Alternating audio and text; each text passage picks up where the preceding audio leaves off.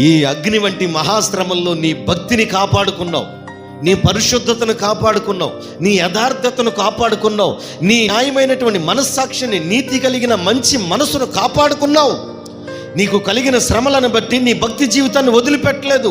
దేవుని యందు నిరీక్షణ కలిగి ఉన్నావు కాబట్టి అగ్ని వంటి మహాశ్రమలలో ఓర్పు కలిగిన నిన్ను నా దేవుడు సువర్ణ వీధులలో నడిపిస్తానని దేవుని వాక్యం స్పష్టంగా తెలియజేస్తుంది. అందుకనే నిద్ర లేని రాత్రులు ఎన్నొచ్చినా, ఎప్పుడు తెల్లారుతుందా అని ఎదురు చేసేటటువంటి నెలలు ఎన్ని గడిచినా, నా బిడ్డలు మారతారా, నా భర్త మారతాడా, నా కుటుంబం మారుతుందా, మా బ్రతుకు ఎప్పుడు శాపకరితమైన జీవితమేనా అనుకుంటున్న ప్రతి ఒక్కరితో ప్రభు మాట్లాడుతున్న అద్భుతమైన మాట ఏంటంటే, ఆయన దగ్గరికి రండి, ఆయన మీకు విశ్రాంతిని కలగజేస్తాడు, నెమ్మదిని కలగజేస్తాడు, సంతోషాన్ని ఇస్తాడు.